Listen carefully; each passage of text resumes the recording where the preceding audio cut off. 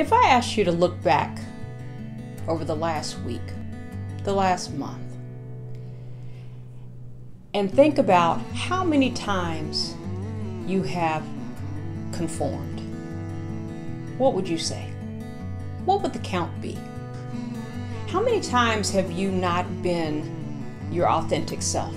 How many times have you adjusted how you wore your hair because of the environment you were going to be in? How many times have you adjusted what you might wear because of the type of people that you were going to be around? How many times have you just acclimated because of the type of culture that you were in and you wanted to make sure that you fit in?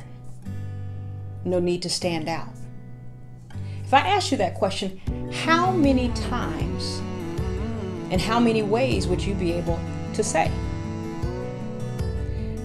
It's so often and so easy for many of us to acclimate. And it's even expected that we acclimate, that we conform to the norm.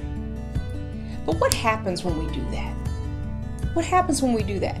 Over time, we begin to lose ourselves. We begin to lose who we really are.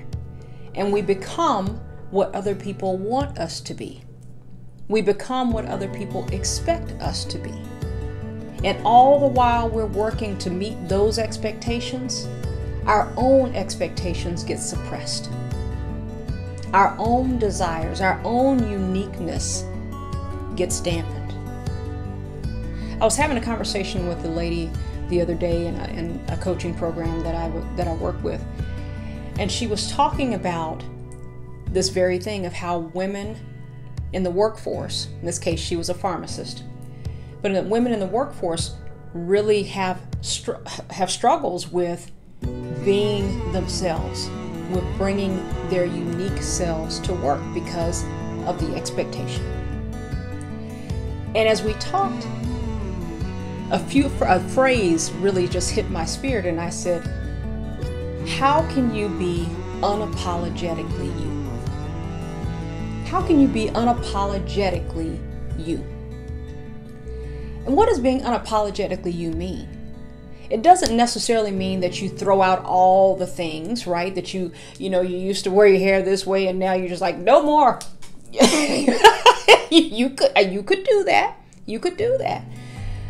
But what it means is you really bring your authentic self to work. You bring your authentic self to the environment that you're in. Because it is very hard. I always tell people it's so hard to be more than one person. I can remember the days when I was one person at work, but as soon as I got home, I was like, whew, and you're exhausted. You're exhausted because you're trying to be this one person over here, and then when you get into your other atmosphere, you're a completely different person. It is hard work. It is hard work being somebody else, especially when that somebody else is fighting internally with who you really are. So that phrase really stuck in my spirit of being unapologetically you.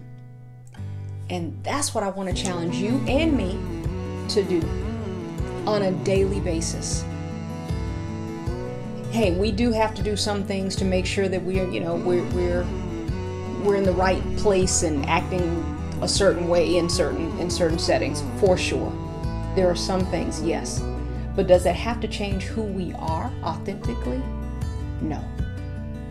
So that's my challenge to you today. Be unapologetically